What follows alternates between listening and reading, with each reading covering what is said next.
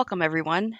Thank you for joining us for today's session on healthy boundaries for ADHD. Now, before we dive into our topic, let me introduce to you Easy Does It Counseling, the team behind this psychoeducation and skills training series. We are an online counseling service dedicated to providing specialized care for LGBTQIA+ individuals, neurodiverse communities, and those navigating suicidality.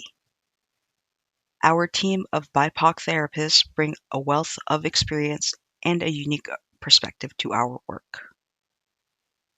At Easy Does It Counseling, we understand that managing boundaries can be particularly challenging for individuals with ADHD.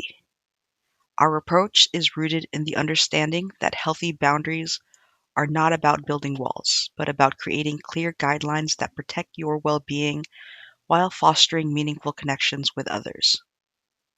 Today, we will explore what healthy boundaries look like, why they're especially important for individuals with ADHD, and most importantly, how to establish and maintain them effectively.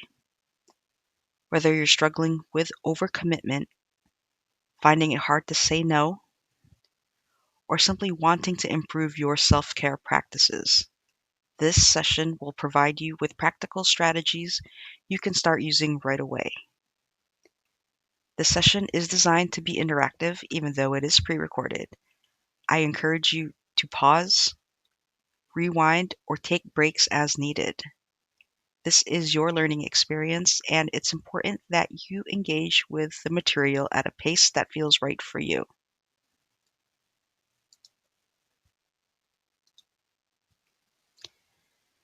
Now let's start by looking at what we'll cover in today's session. This overview will give you a roadmap to our discussion and help you understand what to expect. First, we'll explore what we mean by healthy boundaries and how they relate to self-care in ADHD. We'll discuss what boundaries look like in different areas of life and why they are essential for our well-being. Next, we'll examine why boundaries are particularly important for individuals with ADHD. We'll look at how clear boundaries can promote self-respect, reduce overwhelm, enhance relationships, and support emotional regulation.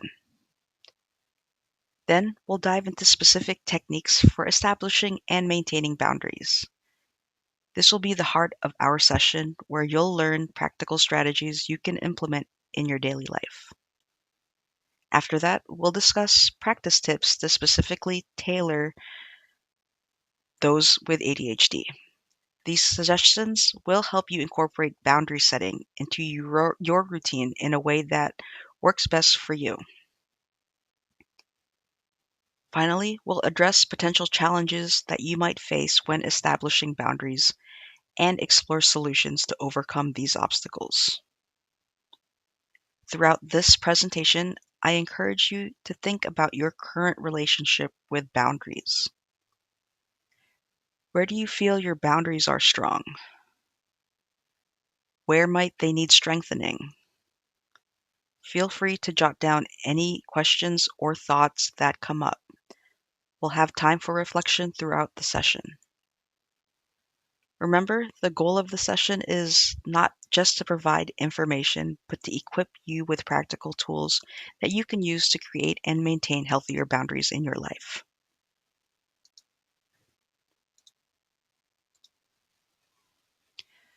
So, what exactly are healthy boundaries? Healthy boundaries are personal limits that protect your well-being. Think of them as invisible lines that define where you end and others begin. For individuals with ADHD who often struggle with sensing these natural limits, having clear boundaries is especially important. Now let's break down each aspect. First, boundaries are personal limits that protect well-being. This means knowing what you're comfortable with, understanding your personal values, recognizing your emotional and physical needs, being aware of your energy limits, and acknowledging when something doesn't feel right. Second, they serve as guidelines for relationships and interactions. They help define how you want to be treated. They establish what behaviors you will and won't accept. They create clear expectations in relationships. They help maintain healthy connections with others, and they provide structure for social interactions. Third, boundaries provide a framework for self-care. They help you prioritize your needs. They create space for necessary rest and recovery. They protect your time and energy, and they allow you to say no when needed. Lastly, they support your overall well-being. Fourth, boundaries are a tool for emotional protection. They help manage emotional overwhelm. They prevent burnout. They reduce resentment. They maintain emotional equilibrium. And they support healthy emotional expression. Finally, boundaries are a method for defining personal space. This includes physical space, emotional space, mental space, time boundaries, and resource boundaries. Now, think about your own life for a moment. Where do you currently have boundaries? Where might you need them? Consider areas like work or school, family relationships, friendships, romantic relationships, social media and technology, and personal time and space. Now take a moment to reflect on these questions. You might want to write down some notes about areas where you feel your boundaries are strong and areas where they might need strengthening. In our next slide, we'll explore why these boundaries are particularly important for individuals with ADHD. But first, does this explanation of boundaries make sense to you? Remember, understanding what boundaries are is the first step towards establishing them effectively.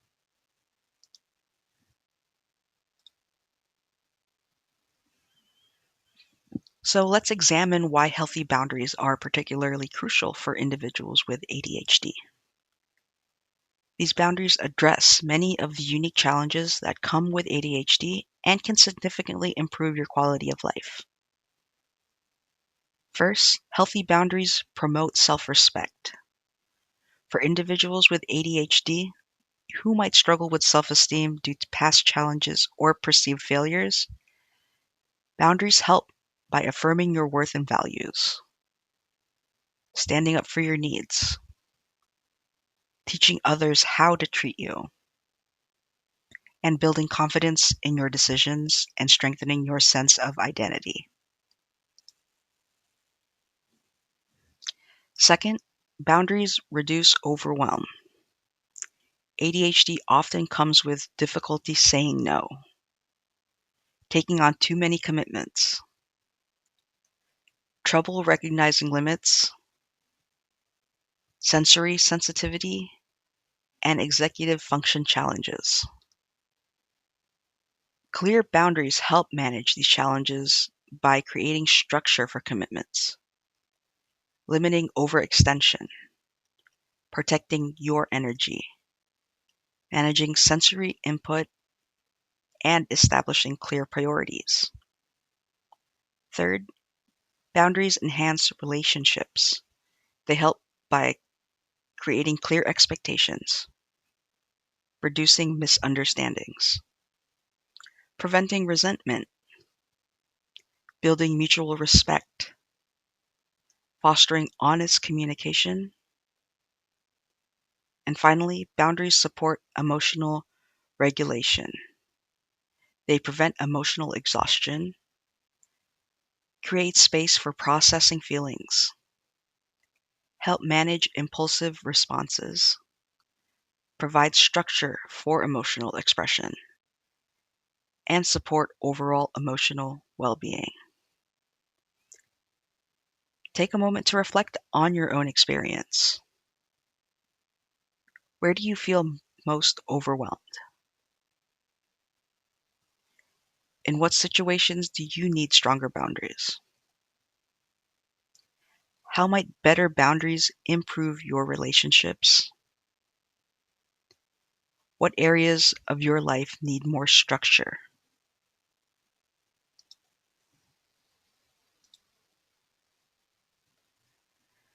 Now, onto our next slide. Let's explore specific techniques for establishing and maintaining healthy boundaries. These are practical tools you can start using right away. The first one is identify your limits. First, we need to recognize where boundaries are needed. This involves self reflection. Notice when you feel uncomfortable or stressed. Pay attention to what drains your energy. Identify situations that cause resentment. Recognize when you feel overwhelmed. And listen to your body's signals.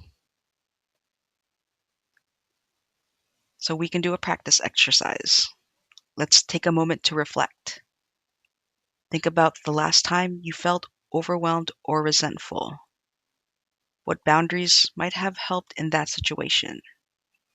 You can feel free to pause the video here. The second point on our slide is communicate clearly. Once you know your limits, it's important to express them effectively. Using I statements instead of "You always demand too much of my time," try I need time to recharge after work. Next is being direct. Instead of "Maybe I can help," try "I can't take on any new projects right now." For the practice exercise, let's practice transforming some common statements into clear boundary communications. Again, feel free to pause the video here. Third is practice saying no. This is often the most challenging but crucial skill. Simple no, such as "No, I can't take that on right now." "No, that doesn't work for me." "No, I need to pass on this opportunity." You can also use no with an alternative. For example, "I can't help today, but I'm free next week." "I can't take on the whole project, but I can help with X part."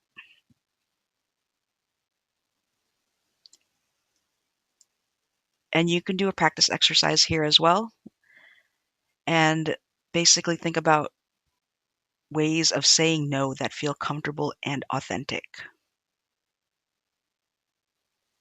Fourth is creating time for yourself. This involves actively protecting your personal time. This includes scheduling self-care. Block out specific times for rest. Set aside time for hobbies. Create morning, evening routines.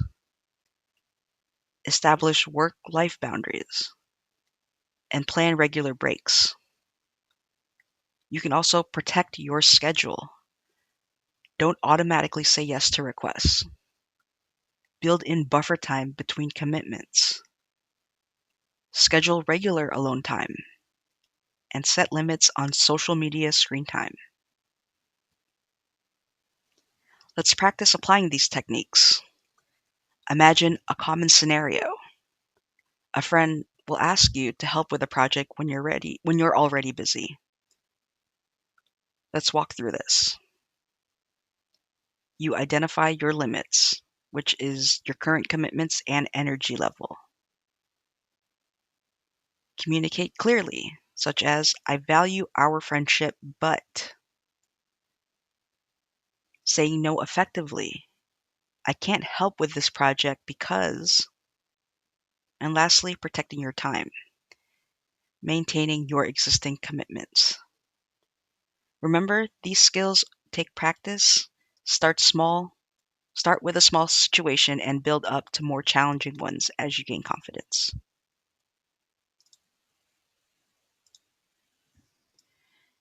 Now that we understand the techniques for setting boundaries, let's discuss how to implement them effectively, especially considering the unique challenges of ADHD. Let's explore specific steps for making boundary setting work with ADHD. The first one is reflect regularly. For those with ADHD, regular reflection helps maintain awareness of boundaries. Set a weekly check-in with yourself. Use a boundary journal. Track situations where boundaries worked well. Notice when boundaries need adjustment. And monitor your energy levels. Try setting a regular time, perhaps Sunday evening, to ask yourself, what boundaries worked well this week? Where did I struggle? What adjustments do I need to make? Secondly, seek support. Having support makes boundary setting easier. Share your goals with trusted friends or family. Work with a therapist or coach. Join support groups. Find an accountability partner. And celebrate successes with others. Remember, asking for help in itself is a form of healthy boundary setting. Third is use visual reminders. Visual cues can be especially helpful for ADHD. Post sticky notes with boundary statements. Create phone wallpapers with reminders. Use calendar blocks for personal time. Make boundary charts or lists. Set regular phone reminders. And lastly, be patient. Building new boundaries takes time. Start with small changes. Celebrate small victories. Learn from setbacks. Adjust as needed, and trust the process.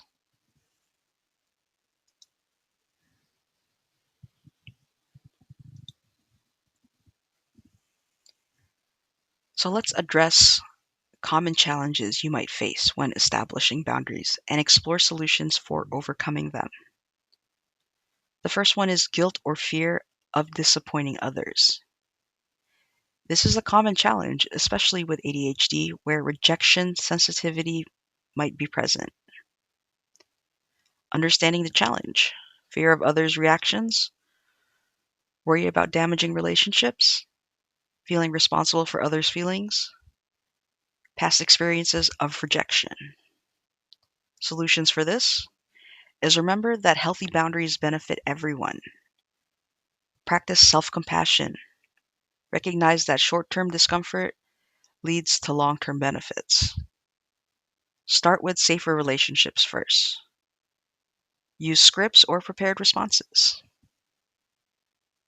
Third on our slide is resistance from others. When you start setting boundaries, some people might push back. Common forms of resistance include guilt trips, manipulation, anger or frustration, dismissal of your needs, testing your limits. Solution for this is stay firm but kind. Repeat your boundary calmly. Remember your reasons. Have support ready. And practice responses in advance. Third is difficulty recognizing limits.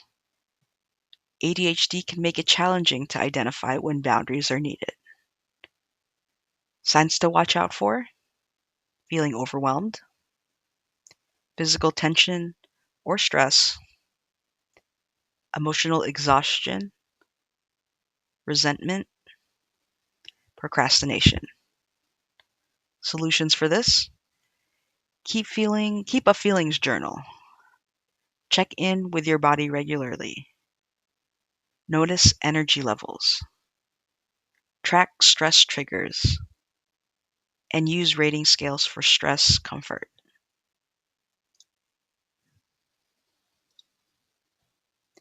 As we near the end of our session, let's review the key points we've covered about establishing healthy boundaries with ADHD. First, we've learned that boundaries are essential for ADHD management. They protect your energy and well being, help manage overwhelm, support better relationships, enhance emotional regulation, and create structure in your life. We explored several key techniques, such as identifying your limits. This includes self reflection, recognizing triggers, and listening to your body's signals. Next is communicating clearly, using I statements, being direct and honest, and expressing needs effectively. Next is practicing the art of saying no, starting with smaller situations, using different approaches, and maintaining consistency. And last is creating time for yourself, scheduling self care, protecting personal time, and setting clear limits. We discussed practical implementation strategies. This includes regular reflection, seeking support, using visual reminders, and practicing patience. We also address common challenges, such as managing guilt, handling resistance, and recognizing personal limits. Remember, establishing boundaries is a journey, not a destination. It's about making gradual progress, learning from experience, adjusting as needed, and building confidence over time. Take a moment now to reflect on what you've learned. Which techniques resonate with you the most? What first steps will you take? Where do you need the most support? And how will you maintain your progress?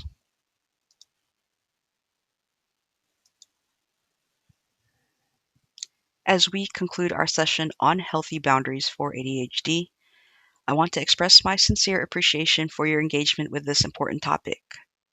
Setting boundaries is a vital skill that can significantly improve your life with ADHD, and you've taken an important step by learning these strategies. The tools and techniques we've discussed today are meant to be adapted to your unique needs and circumstances. Remember that at Easy Does It Counseling, we understand that managing ADHD presents unique challenges, and we're here to support you in developing and maintaining healthy boundaries. If you find yourself wanting additional support as you implement these boundary settings strategies, our team of therapists are here to help.